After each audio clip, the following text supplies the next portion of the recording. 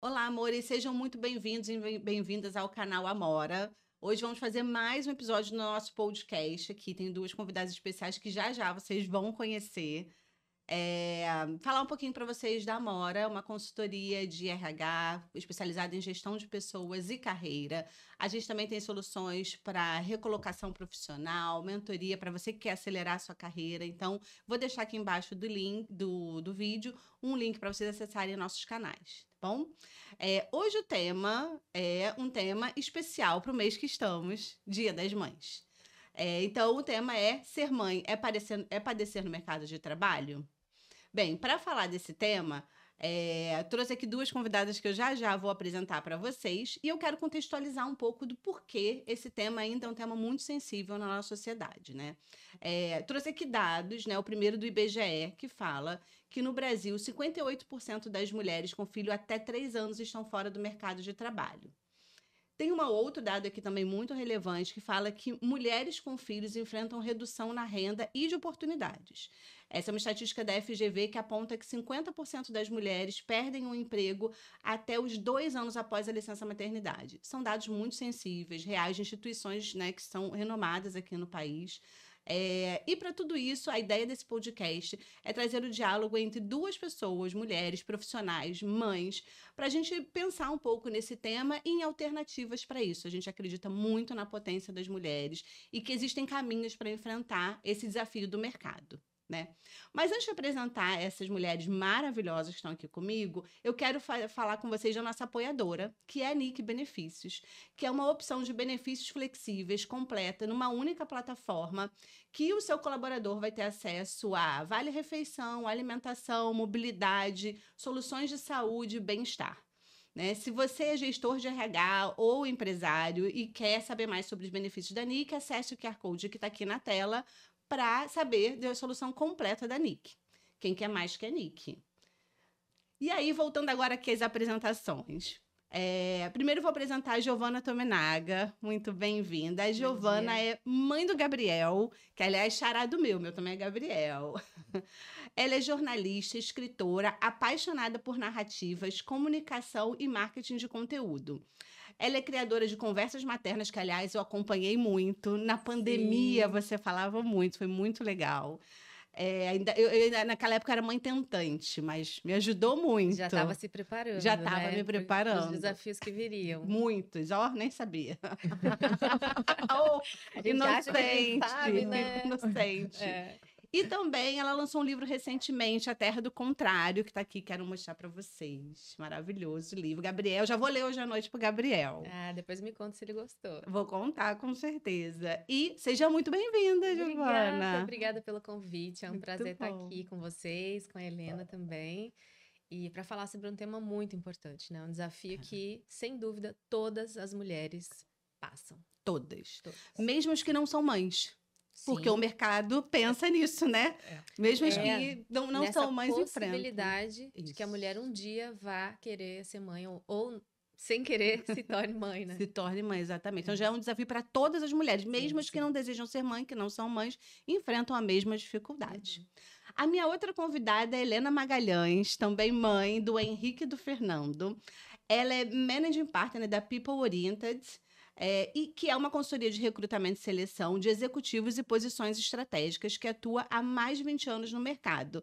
Eu mesma já fui consumidora e cliente da Helena e atesto a qualidade do serviço e do tratamento que vocês dão. Seja bem-vinda, Helena. Obrigada, tá sendo ótimo estar aqui também. Primeiro podcast. Nossa estreia, nossa né? estreia. Essa é a minha primeira entrevista no podcast. Olha, que honra! Pessoas maravilhosas. Exatamente. Obrigada pelo convite. Eu gosto de me cercar de pessoas boas. Isso aí. Me fazem muito bem. Vou começar por você, Giovana, então. Diga. A maternidade eu tenho acompanhado. Aliás, eu acho que muitas pessoas acompanharam a sua carreira, porque, para quem não conhece, Giovana é uma pessoa pública, né? Tá na carreira há muitos anos. Desde 12 anos de idade. Desde 12 anos de Com idade. a carteira assinada, né? Porque antes disso eu já trabalhava. Já trabalhava. Então, para quem não sabe, a Giovana já foi assistente de palco, fala da Angélica, Isso, Angeliquete. Angeliquete. O nome. As famosas Angeliquetes. E É. depois você fez uma carreira de jornalista, repórter, apresentou a TV Globinho, que está aí no afeto de Apresentei. muita gente. Sim, e video show, E que video também, show. né? É um clássico, mas deixou a programação. É verdade. Recentemente a gente fez um programa especial, né? Relembrando pelos 60 anos Da da TV Globo. verdade. Esse programa que é um clássico e foi um alvoroço, porque todo mundo pede para voltar. Não sei por que saiu do ar, porque realmente era um programa muito legal. Verdade. São programas muito afetivos, assim, do São. brasileiro, que você participou, tanto a TV Globinho quanto o Video Show. Acho Isso que é o fato. público foi crescendo assim comigo, Verdade, né? Eu é. fui mudando de públicos, do Sim. infantil pro Ah. jovem, do jovem pro adulto, porque também trabalhei com a Ana Maria Braga. E lá eu era Verdade. repórter do programa, e lá a gente tratava de assuntos de todo tipo, né? É. Gastronomia, moda, saúde, esporte, mas também tinha uns mais densos com as hard news que a gente tratava no programa, que ela trazia. E aí, então, fui crescendo até com as senhoras, né? Com as mães que gostavam de ver as receitas e com as senhorinhas que acompanhavam a Ana Verdade. também. Todos os programas muito afetivos de brasileiro. Então, É. você carrega isso com você, que é muito legal. Uma coisa que eu percebi na sua carreira, né? Além de ser uma carreira múltipla, que a gente vai falar disso daqui a pouco, Uhum. é que após a maternidade, você se especializou em educação parental, né? Uhum. Em desenvolvimento infantil, tá criando conteúdos para mães e crianças. Temos aqui um livro Isso. agora, né? Eu queria que você contasse um pouco pra gente como que a maternidade te potencializou na carreira. Você falou aqui de Uhum. vários dados que não são positivos para a mulher. Uhum. A ideia aqui é mostrar as soluções, o que a gente Uhum. tem no mercado e o que a gente consegue sair. E você é uma prova disso. Como foi Sou. isso? Eu Eu ainda tô muito. tentando, viu? Até uma conversa para depois, né, do programa com a Helena.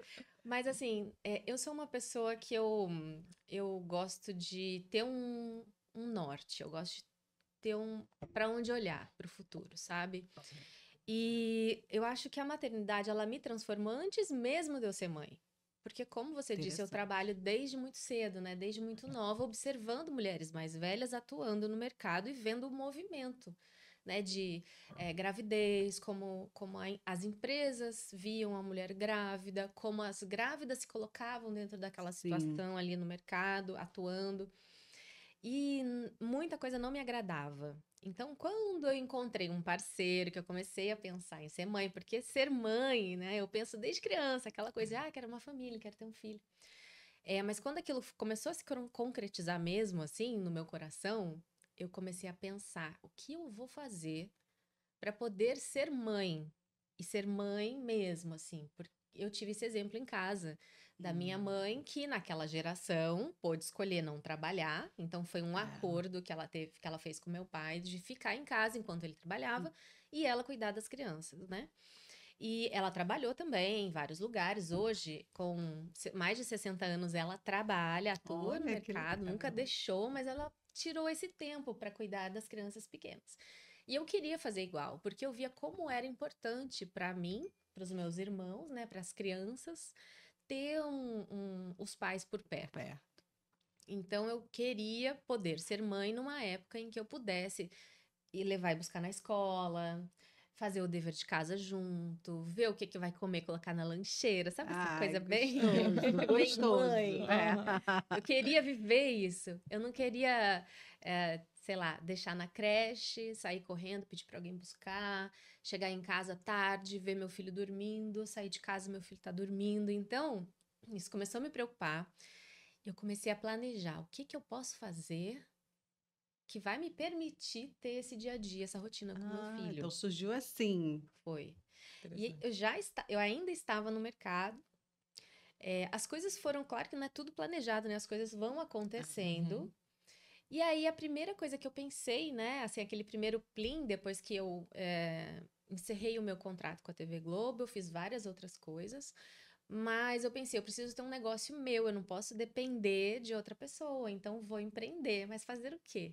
Né? E aí, um dia, eu percebi, eu ia a muitos casamentos de amigas e amigos que estavam se casando, e olhava para aquele momento e pensava assim, o que eu quero para o meu casamento, né? Porque apesar de já estar com meu marido na época, namorado, a gente não tinha casado ainda, a gente queria casar, e planejávamos a festa. Então eu pensava assim, isso aqui eu não quero. Aquilo ali eu quero. Que legal isso aqui. Então eu fui fazendo esse check, né? Checklist, assim. Isso. do que me agradava para quando eu fosse me casar. Eu gostaria que fosse de um jeito determinado ali. E eu olhava para cerimônias de casamento e pensava assim, gente, isso aqui não pode acontecer no meu casamento, imagina. Via coisas que celebrantes falavam, situações que aconteciam que eu não achava legal. Legal. E um dia entendi, né, depois de um convite de uma amiga para celebrar o casamento dela, que ela acabou não se casando, porque a mãe ficou doente, ela adiou. Eu entendi que eu podia fazer aquilo. Num primeiro momento, eu falei pra ela assim: não, celebrar seu casamento, não vou, não. Muita responsabilidade. Não, não sou padre. Eu vim do interior de Eu São acharia estranho Paulo. também. Eu Eu vim acho do que eu não interior de conseguiria. São Paulo, família católica. Pra mim, quem fazia casamento era padre, Sim. né? É verdade. Só que aí, no processo todo, eu fui vendo outros tipos de cerimônia, outros tipos de celebração, pessoas que não eram nem celebrantes e nem representantes de uma religião ou legal, né, como os juízes de paz, fazendo casamentos. E um dia eu vi um casamento lindo. Aí um outro dia eu vi uma jornalista escrevendo sobre histórias de amor e eu falei, é isso. Posso reunir todas as minhas habilidades que eu venho desenvolvendo desde criança na televisão como comunicadora para fazer cerimônias de casamento. E aí foi assim, aconteceu tudo muito rápido. Nossa. Porque eu pensei, tá, então agora eu vou estruturar a minha empresa, fiz uma pesquisa de mercado, conversei com algumas pessoas, estruturei como seria a entrega do meu serviço e criei a Celebrando Amor, que é uma empresa de celebração de casamentos, onde eu Ai, sou a que celebrante. legal. E aí comecei a trabalhar nos finais de semana. Então aquilo me fez entender que eu então poderia não estar no mercado formal, com horários de entradas e saídas de segunda a sexta-feira, poderia ficar com meu filho e trabalhar nos finais de semana, isso antes de engravidar. Então eu fiz um processo inverso, pensando na maternidade, Já né? começou a Eu se já preparar. comecei a me preparar para aquele futuro que viria. E deu certo, eu te acompanho nas redes sociais, eu vejo. Então acho que São foi a lindos. primeira transformação que a maternidade me trouxe. Ai, legal. E depois do que você falou, né, de estar vivendo a maternidade, querer estudar e me aprofundar, foi um processo natural, de curiosidade minha mesmo, para entender o que eu poderia fazer com o meu filho, para trazer uma qualidade de vida melhor, uma educação melhor, um desenvolvimento melhor. Criei o Conversas Maternas, Eu lembro, porque maravilhoso. compartilhando o lifestyle que eu vivia, né, nas minhas redes sociais, as mães que me seguiam, as fãs que me seguiam, perguntavam muitas coisas para mim. Enquanto jornalista, eu pensava assim, eu não posso falar qualquer coisa, então vou perguntar para o especialista.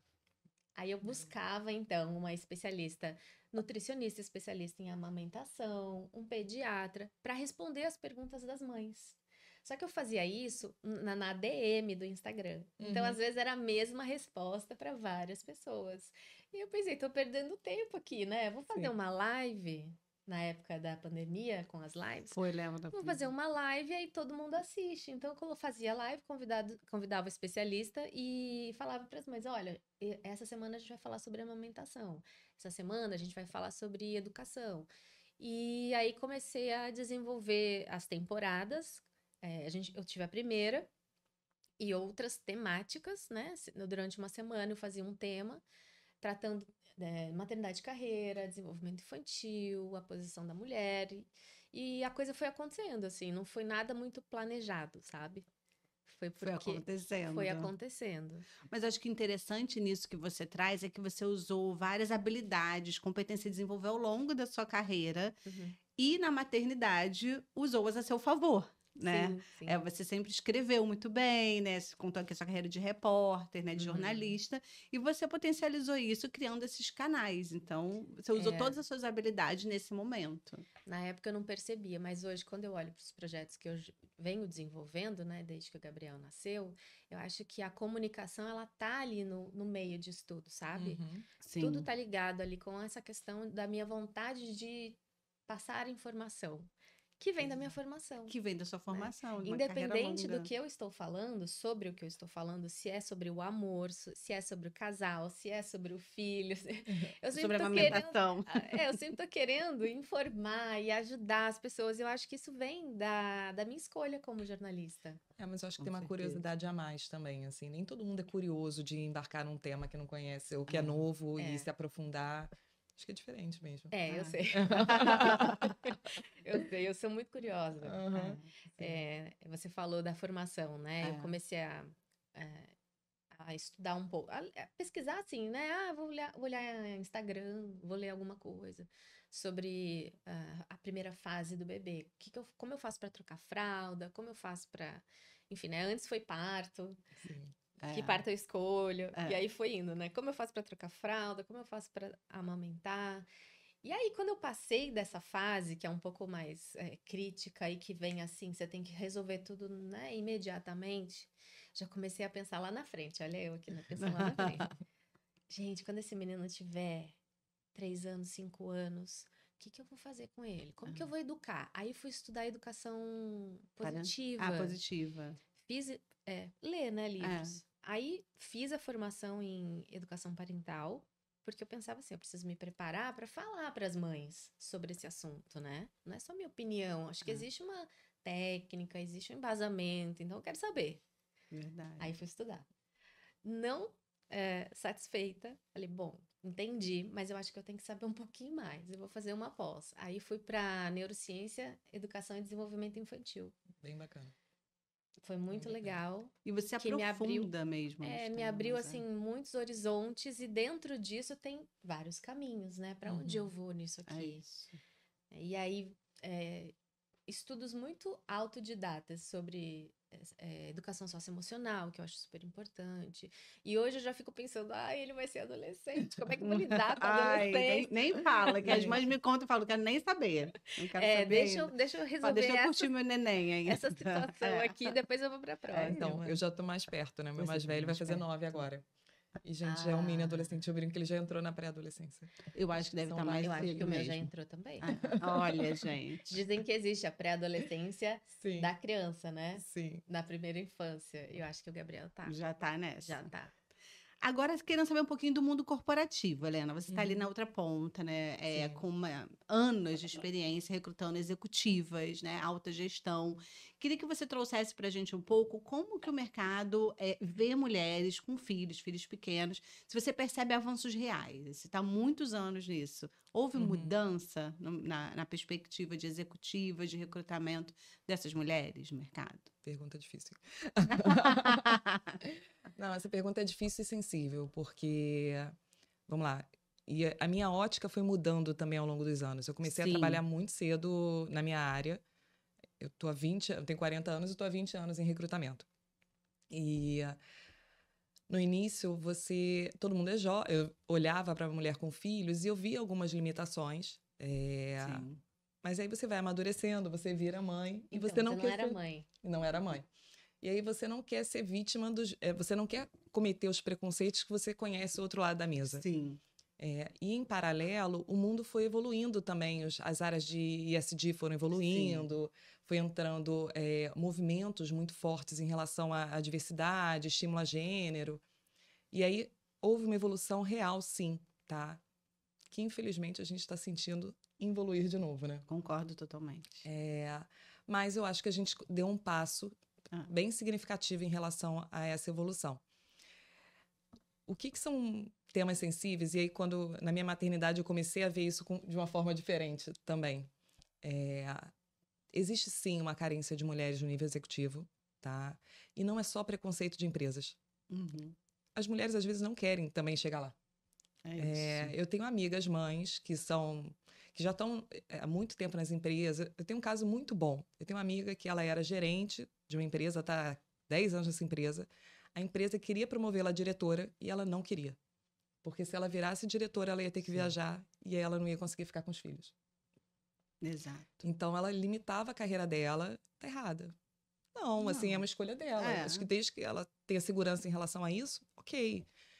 Só que acho que o mercado nem sempre vê isso de uma forma positiva, como se a mulher não pudesse ter essa escolha também. E aí vão gerando alguns preconceitos. Tem mulheres que às vezes saem, abrem mão da carreira para ficar ter pequena infância com os filhos. É um problema? Não, assim, às vezes a pessoa tem uma carreira muito sólida, bem construída. Qual o problema dela tirar 3 anos ali, dar uma pausa na carreira? Tem gente que faz um sabático para ficar viajando um ano, a pessoa parou para cuidar do filho 3 anos. E depois voltar com uma mente diferente. Eu, por exemplo, eu viajo menos. Eu tenho que ir para São Paulo com alguma frequência. O meu mais novo horrível falar isso, mas assim, felizmente na pandemia eu consegui ficar sem viajar por um ano. Olha, Mas vem pro bem, vamos olhar o lado positivo, né? Eu sempre tento olhar o lado positivo das coisas. Inclusive, meu marido, que estaria no escritório, não veria o meu filho, teve a oportunidade de acompanhar de acompanhar, não só de acompanhar, mas de ser pai ao meu lado. Isso foi bom. Né? Tipo, ajudar, né? E eu acho que isso foi um exercício que a gente vai ver numa geração aí mais pra frente, de homens assumindo, né? Esse posto que protagonismo. Esse movimento tem sido muito forte, assim, acaba que eu vivo muitas entrevistas, muitas reuniões, e cada vez mais eu vejo pais falando da divisão de papéis com as mães, assim. Não posso viajar com muita frequência porque minha esposa é executiva também, e aí eu tenho filhos, e a gente se divide na criação das crianças. É bonito ver isso, né? Porque é diferente da minha criação, assim. Meu pai trabalhava, minha mãe ficava em casa cuidando da gente, e era isso, assim. Eu via meu pai à noite, finais de semana, e tudo bem. Meu marido é super presente, meus filhos têm uma referência muito forte em relação a ele. Acho que isso mudou, é legal. Né? Mudou.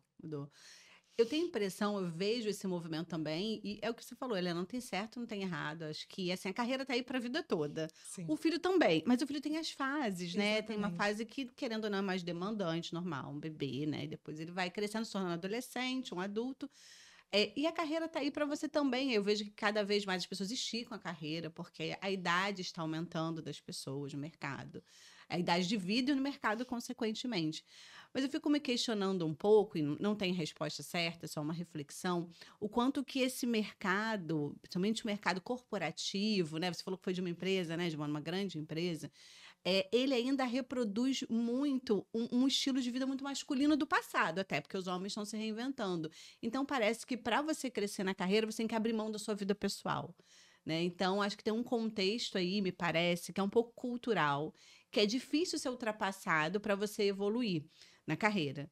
Nesse momento, as mulheres têm mais restrição, mas os homens estão tomando mais esse protagonismo. Acho que em algum momento isso vai se articular, também meu olhar positivo sobre as coisas, né? Sim. De que tem que reinventar também o mundo corporativo. Ele é muito igual há muitos anos, né? E o mundo mudou muito. Sim, mas eu vejo um movimento das empresas de tentar equilibrar um pouco mais, assim. Também vejo. Acho que vem uma nova geração que vem muito forte nesse desejo. Vem. E aí a gente tem um encontro de gerações, um choque de gerações.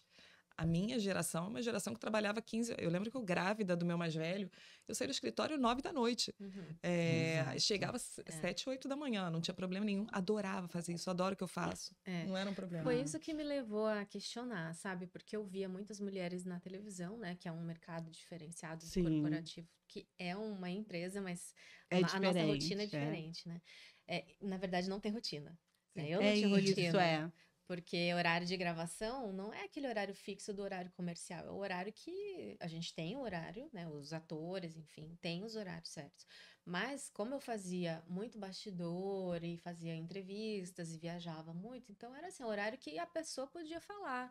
E muitas vezes eu fazia aquela entrevista durante o dia, no final do expediente, viajava para pegar o lançamento de uma peça em São Paulo, voltava no dia seguinte para estar no ao vivo do dia seguinte, né? Então, e tinha que entregar material editado e tal. Então, assim, era uma loucura. Imagina. Eu vivia dentro de uma mala.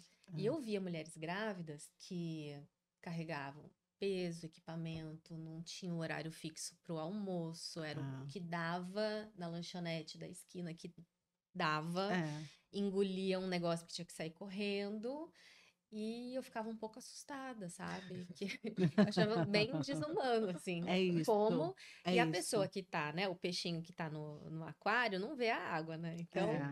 como que a gente se coloca nesse lugar, né? De gerar uma criança e cuidar de uma criança que depois tem que ser cuidada por outra pessoa. Aquele trabalho acaba virando só uma forma de ganhar um dinheiro para pagar a creche ou a pessoa que está cuidando. A não ser que a mãe escolha, né? Não tenho esse dom, não quero fazer parte desse momento de cuidados e tal. Eu quero trabalhar, porque isso aqui para mim é importante. É uma escolha também. Sim. Né? Mas assim, eu vi aquilo acontecendo e pensava, não quero isso para mim. Eu tenho um olhar um pouco diferente porque eu cresci trabalhando, né? Desde muito novinha. Meu trabalho sempre esteve relacionado com a minha vida pessoal. Eu sempre fiz o que eu gostava de fazer. Antes de estudar, ter um diploma, né? Me preparar, me formar, eu já estava no mercado. E eu sempre escolhi fazer aquilo. Então, a minha visão é um pouco diferente sobre carreira. Eu acho que a carreira, ela não termina. Ela vai mudando de direções. Então, uma mulher que ela eu parei de trabalhar nessa empresa porque eu não quero ser diretora, não necessariamente ela terminou a carreira dela. Não, ela vai fazer muita jornada ainda pela frente. E eu acho que não termina. Eu sempre fiz escolhas relacionadas ao meu propósito de vida, né? Então, eu quero falar sobre amor e casamento. Então, eu peguei aquelas habilidades, mas para falar sobre amor e casamento. Eu quero falar sobre criação de filhos. Então, eu peguei aquilo e transformei em outra coisa. Né? Hoje, eu trabalho numa empresa, eu faço produção de conteúdo ou presto serviço para outras empresas. Porque eu senti a necessidade, agora que o Gabriel já está um pouquinho mais velho, de ter uma segurança maior, né, na questão financeira. Então, hoje eu estou trabalhando numa empresa, mas mesmo assim, eu tenho tempo para escrever, agora que eu retomei isso, né? Para que algumas mensagens cheguem a mais famílias e outras crianças. Então, para mim, a carreira não termina. Sim, faz sentido. Ela muda. Então, essa escolha de não quero ser diretora, vou fazer outra coisa, a jornada dela naquela empresa terminou, mas a jornada pessoal da mulher não termina ali. Essa minha amiga até virou diretora. Chegou uma hora que ela precisou virar diretora. Tem uma hora que chega, é momentâneo, é inevitável, né? assim. Mas escolhas, né? eu concordo. Assim, eu nunca quis parar. Eu sabia que não ia parar. Eu tirei licenças de 6 meses para ficar, porque eu acho que a fase pequenininha é muito importante. Mas eu amo o que eu faço e amo os meus filhos, eu dedico tempo para eles. Eu faço questão de toda noite coloco para dormir. Eu procuro levar na escola. Essa semana tá mais difícil, mas assim, levar e buscar um ou outro. A gente nunca colocou na van, porque eu quero ouvir o que eles contam quando saem da escola, sabe? A gente é bem presente lá em casa, mas o trabalho tem uma conexão, assim, é parte da minha felicidade. Eu sei que eu não seria feliz se eu abrisse mão da maternidade, não seria feliz se eu abrisse mão do trabalho. Eu preciso dos dois. Sim. Essa que é a questão, né? Como conciliar. Como conciliar. Porque ou a mulher vai empreender, sim, e aí precisa ter muitas habilidades, né? Falando em empreendedorismo. Ou ela vai entrar no mercado formal. Eu acho que a dificuldade está aí, né? Como entrar no mercado formal. Exato. E encontrar esse lugar com uma criança, com toda a demanda que a mãe tem. Né? Aí a gente acaba indo para a questão das redes, né? É muito importante a gente se cercar de redes, né? Nós aqui falamos de um lugar de privilégio, que a gente consegue ter uma rede ativa, pagar por isso também, mas muitas mulheres não têm e fica super mais difícil, né? Porque a gente sabe da escassez de creches públicas, né? Então, a rede acaba sendo as pessoas que estão ali ao entorno, né? Então, realmente, a rede é o que salva a maioria das mulheres, né? Mas você falou uma coisa, Giovana, que acho que tem muito a ver, eu queria olhar o lado da empresa. Você usou assim, eu achava aquilo muito desumano, né? Você falou da dinâmica das mulheres grávidas com bebê, não tendo tempo para comer.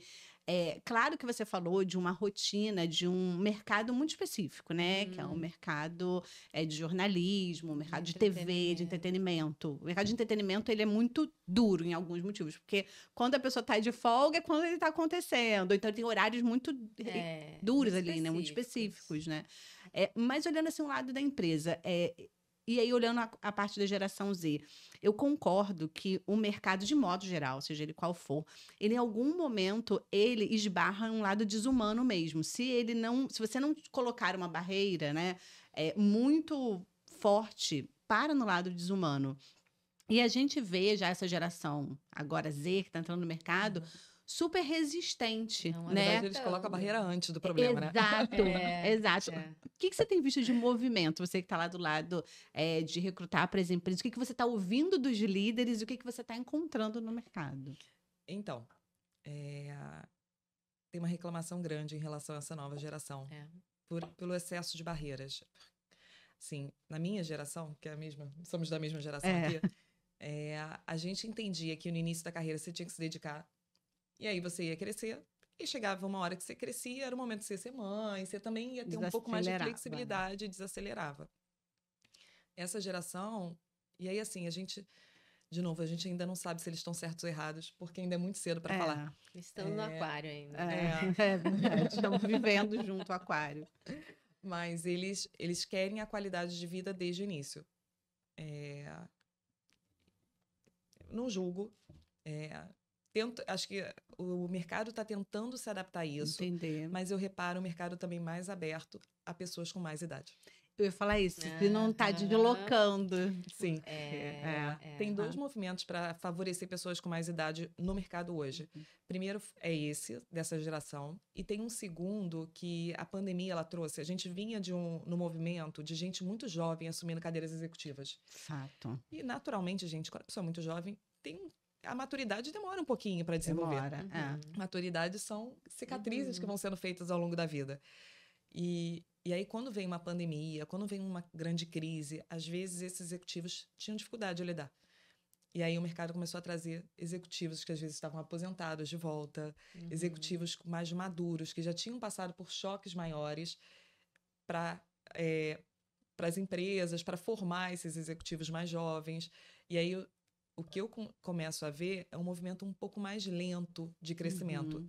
Se antes a gente teve uma geração, que acelerou muito, geração meio Ambev, que com 30 anos virava diretor, hoje em dia não é mais tão comum uma pessoa de 30 anos virar diretora.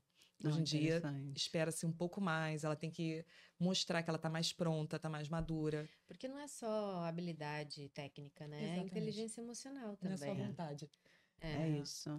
Tem muita bagagem que precisa ter, né? Gente, vamos lá, a maternidade ajuda muito nesse processo. Assim, eu ia falar disso agora. Eu virei uma líder diferente depois que eu tive filhos. Nossa, e eu vivenciei. A Helena, eu dava dica, Helena, assim, tudo, Helena. Porque a maternidade muda tudo.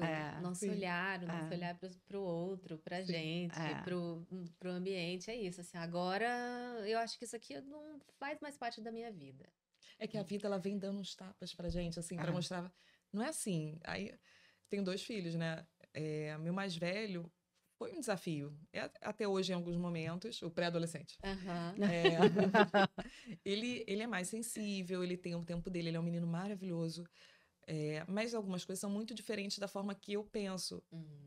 Tudo bem também, ele tem direito de ser diferente, ele tem direito de pensar, e eu tenho que respeitar o perfil dele e aprender a lidar com o perfil dele. Isso. E aí você começa a levar isso para o dia a dia das empresas também, né? Você não vai ter todo mundo igual a você. Mas eu quero explorar isso. No que a maternidade te mudou como profissional? Eu acho que mudou muito esse olhar, assim, do entender que o outro é diferente. E que o outro não tem que ser igual a mim, e tudo bem.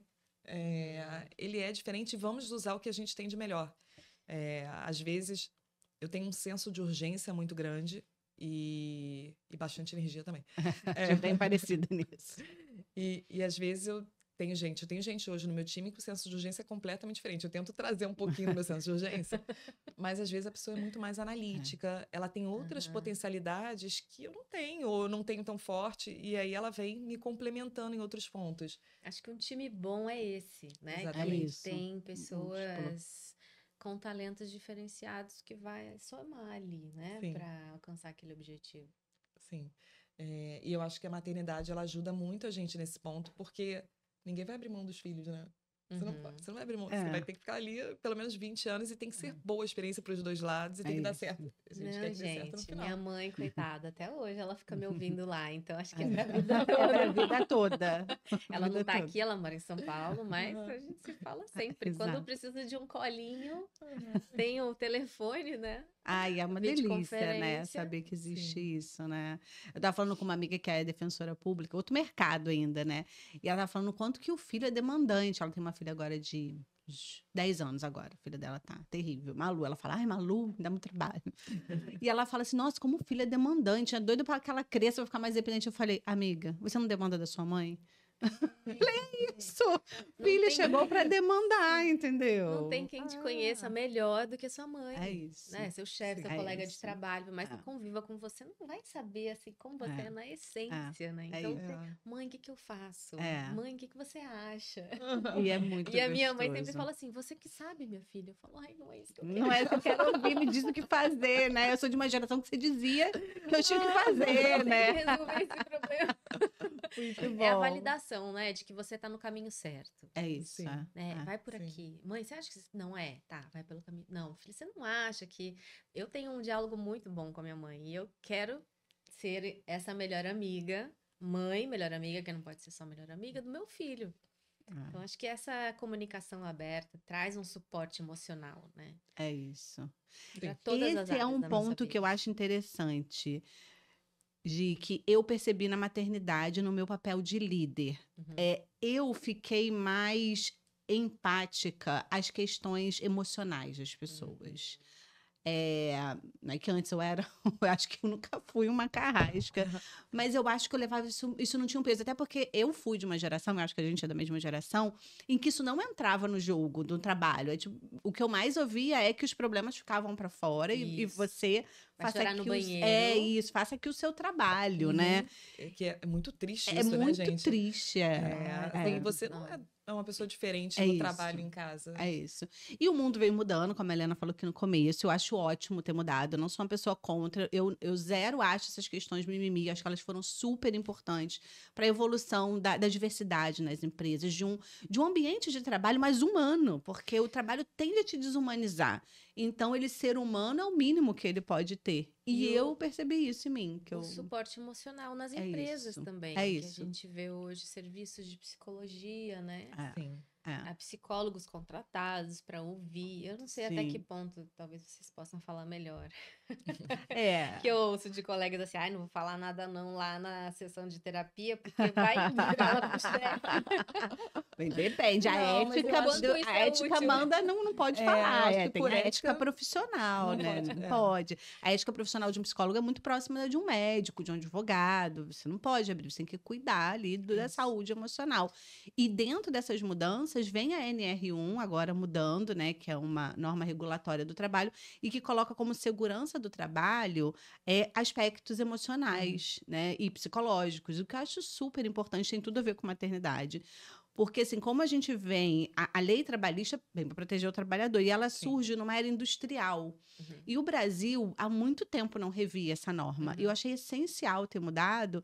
Porque, assim, na época da indústria, né? Pensa, chegava uma pessoa lá numa indústria, tipo, pensa lá no Sharp, em tempo moderno, né? Ele era quase que uma parte da máquina.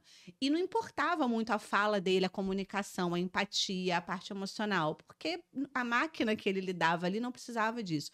Então, os riscos do trabalho eram muito voltados aos físicos mesmo, que era perder um braço, uma perna, até a vida, dentro daquela estrutura de máquinas que são poderosíssimas. Só que o mundo mudou, o mundo é tecnológico, o mundo agora é cognitivo, né? O seu trabalho, ele é produzido pela cognição, muitas vezes, pela sua intelectualidade. Sendo que isso te leva a um limite, porque é desgastante, um desgaste que ninguém vê, que ninguém está olhando, né? E que o funcionário se cala. Exato. E uma hora essa panela de pressão explode. E aí que dá os afastamentos, né? Muitos afastamentos, burnout, devido a isso. Então, essa regulação, essa mudança veio para proteger justamente esse lado. Então, agora você tem que proteger o trabalhador não só fisicamente, você tem que proteger ele emocionalmente. E o burnout materno, gente? É isso. É lenda? Não acredito. O que você acha, Helena? Não sei, assim, esse é um tema para mim difícil, porque Deixa eu trazer um dado que a gente, na People, a gente começou a olhar um pouco para a diversidade há uns 4 anos atrás.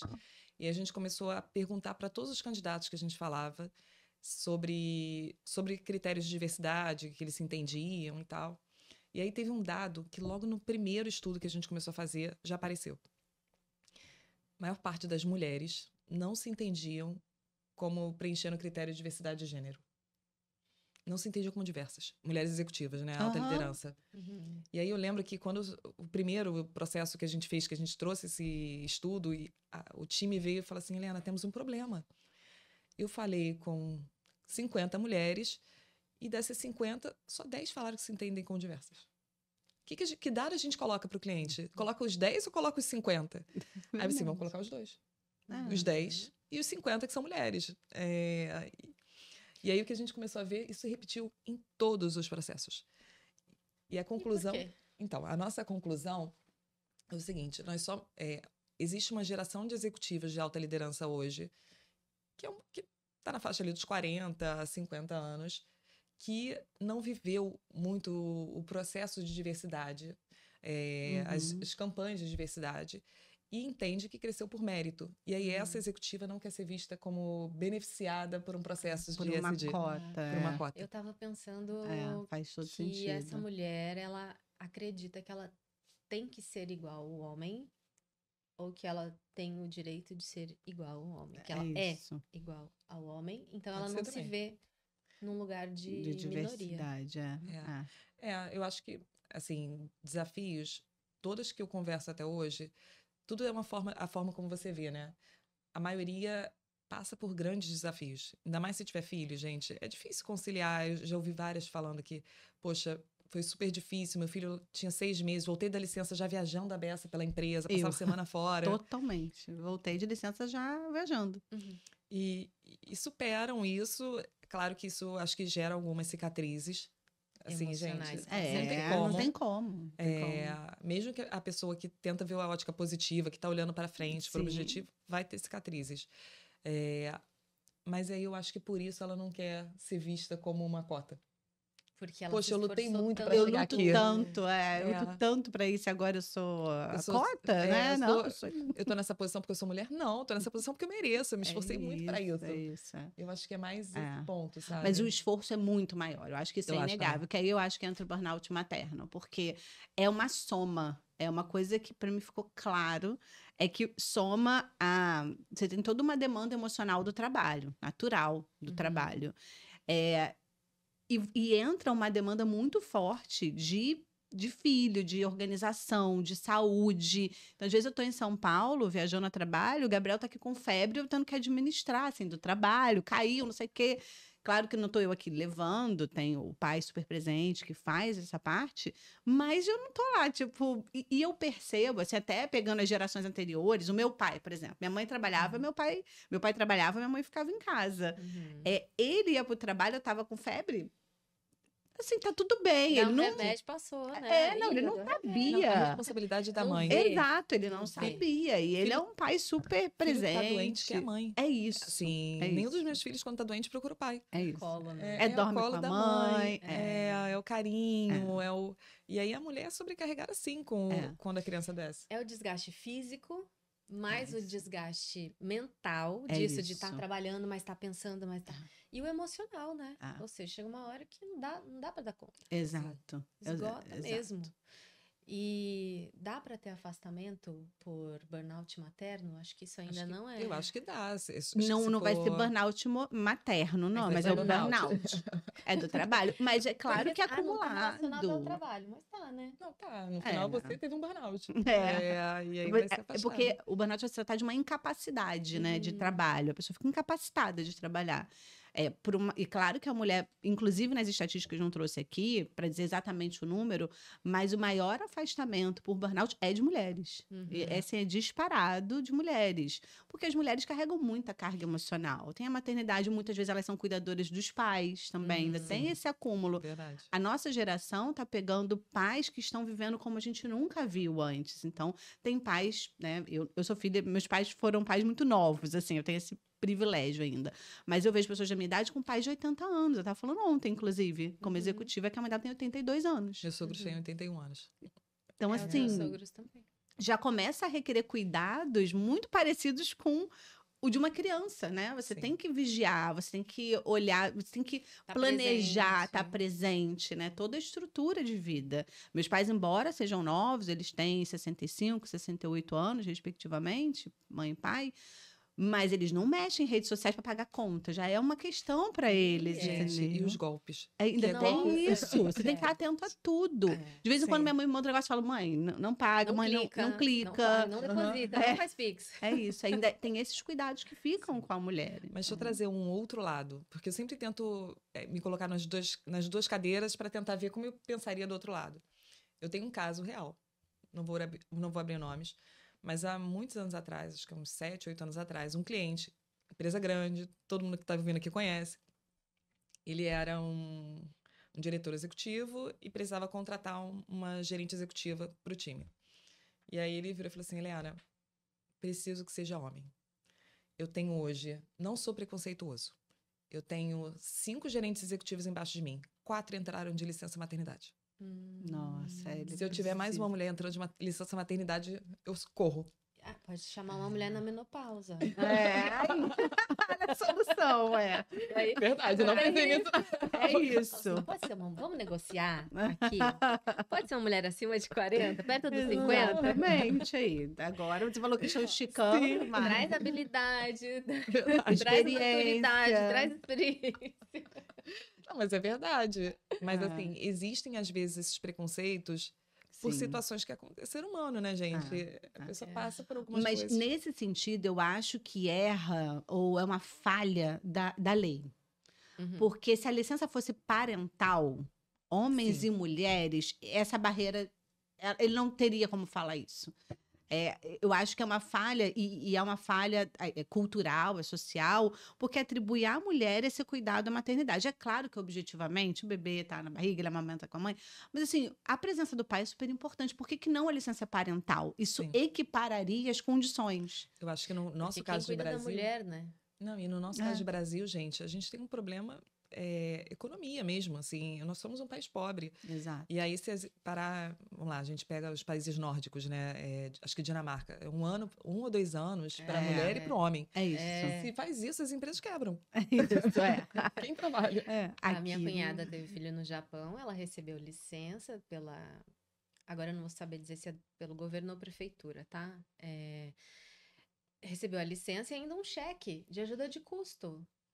Olha, outra... Que ela poderia pagar tudo da criança, escola, tudo. E agora eu não vou saber dizer, mas um tempo que ela podia ficar off. Mas é um apoio importantíssimo, porque quando a gente pensa em filhos, né, em maternidade, a gente está falando aqui de um recorte, mas se a gente for olhar isso de uma maneira ampla, a gente está cuidando de cidadania, a gente está cuidando de pessoas que vão ser trabalhadores, cidadãos, votantes, né, executivos do futuro. Então, é uma pausa. Eu acho que países ricos conseguem ter dinheiro e veem isso de uma forma mais ampla, mas no Brasil, o que a gente vê de realidade é que a mulher só apanha. Né? Tem a dificuldade do mercado. Muitas vezes as estatísticas também são altas de mulheres que são mães solo, de que o homem desaparece, né? Porque o aborto não pode, materno, mas o paterno pode. Porque quantos pais não sabem nem quem é o filho? Não, gente, não é incomum a gente olhar isso no mundo, né? E sobra tudo para mulher. São mães de são mães de vários. Não consigo imaginar. Assim, de verdade. É pesada a carga, gente. Imagina para você tocar isso sozinho. Fora que você tem que cuidar da sua saúde, da sua alimentação, do seu momento de meditação, do seu casamento, do seu desenvolvimento, casado, do seu desenvolvimento, estudo, tal, da sua casa. Aqui você tem que ter uma válvula de escape. É isso. É isso. Eu tenho 2. O exercício, que me faz muito bem. E eu sempre dormi tarde. Mas depois que eu fui mãe, eu passei a dormir um pouco mais tarde. Porque eu preciso daquele horário que todo mundo dorme. Ver um seriado. Pra um momento mim é 4 da manhã. Olha! Eu coloco o Gabi pra dormir. Muitas vezes durmo com ele. A gente se reveza, né? Ou eu ou meu marido colocamos o Gabriel pra dormir.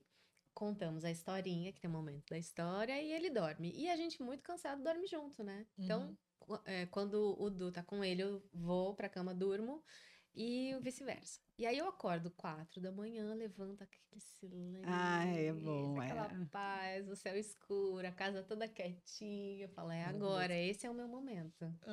Maravilhoso. E aí, esse é o meu momento. E depois também exercício, que eu acho que a corrida, pra mim, foi um encontro. Você da corrida, verdade. Eu parei um pouquinho, assim, né? Aquela coisa vai, às vezes um pouco mais, às vezes um pouco menos, mas eu sempre pratiquei esporte, eu sempre dancei desde criança. Verdade. Só que com a idade adulta e com filho, não dá pra encaixar aulas de dança, porque geralmente estão no meio do expediente, não dá, né? Do expediente materno, porque até tem fora do expediente de trabalho, mas do expediente materno. Porque voltou da escola, já esquece. Isso, esquece do expediente materno. Esquece da vida, porque É. quer brincar, porque quer jogar, porque quer desenhar, e a gente fica junto, que é o momento com ele, né?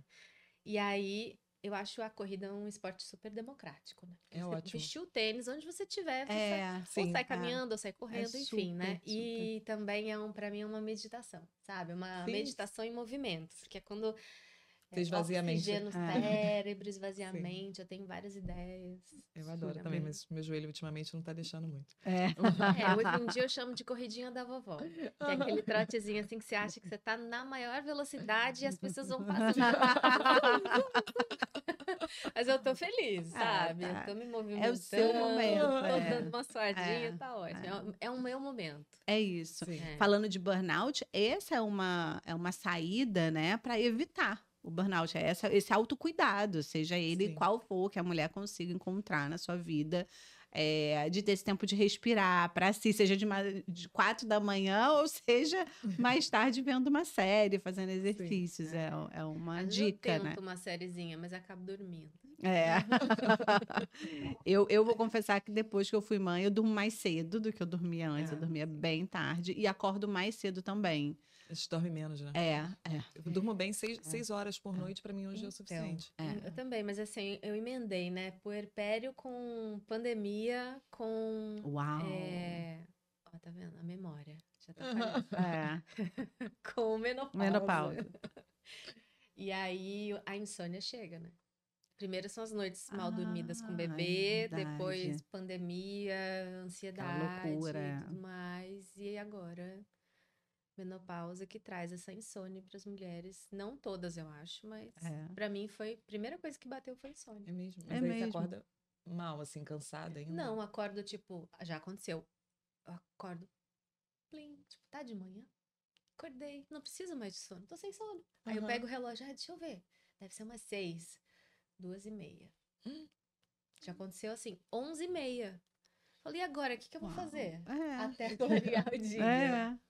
E no outro dia fica cansada? Fica, né? Fica exausta, né? Às vezes eu consigo voltar a dormir, às vezes não. Mas aí foi quando eu comecei a escrever. Porque aí tava no silêncio. Falei, vou trabalhar. Vou escrever. Deixa eu pegar isso aqui que tava pela metade, vou continuar. E eu acho que a maternidade traz essa potência também. Sim. Por não termos tempo e querermos, desejarmos produzir, a gente produz no tempo que tem.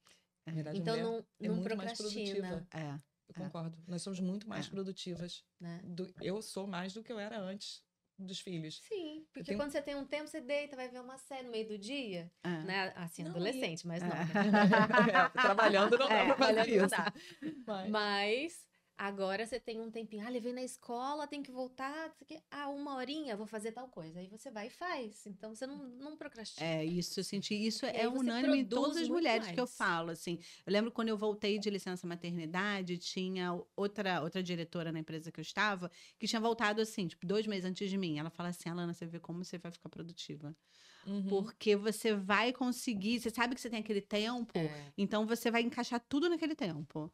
Você não vai pensar assim, daqui a pouco eu faço, deixa eu tomar um café aqui, deixa eu fazer. Cara, você vai. Exato. Você vai perceber isso. Se as empresas observam isso, né, e propõem para a mulher, para a funcionária, que ela trabalhe por demanda, por entrega, Sim. Projeto, né? Projeto, que ela vai entregar e depois ela vai fazer as coisas que ela precisa fazer com o filho, com a casa, não sei o quê. Eu acho que os dois lados ganham. É isso. E isso aí dá um outro podcast. Que essa é a nova. A Helena deve estar bem atenta a isso, né? São os que novos em modelos. PZI são os novos modelos de trabalho, assim, que as pessoas trabalham muito por sua especialidade e por projetos, e não tanto por um vínculo empregatício, um vínculo a por uma horário empresa. A cumprir, né? É isso, que por você projeto. tem uma entrega. Assim, as empresas estavam evoluindo muito também na questão dos horários de trabalho, desde a pandemia. Infelizmente, assim como o ISD está diminuindo, a gente também está vendo essa mudança. A flexibilidade também isso também tá. Tá. As empresas estão voltando para o presencial, não é isso? Então, muito forte. Algumas estão voltando já todos os dias, outras 4 dias na semana.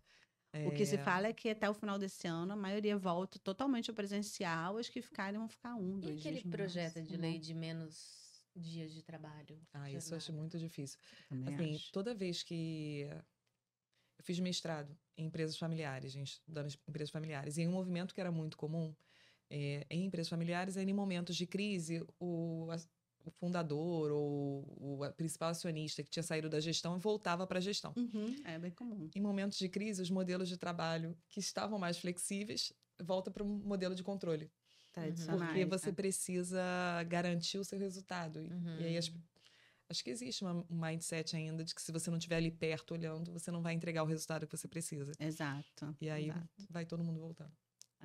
E meninas, está muito boa a nossa conversa, mas já chegamos aqui ao nosso horário. Eu queria agradecer a vocês que nos acompanharam até agora, esse papo super gostoso. Tive com essas profissionais maravilhosas, mães, mulheres, profissionais que amam o seu trabalho.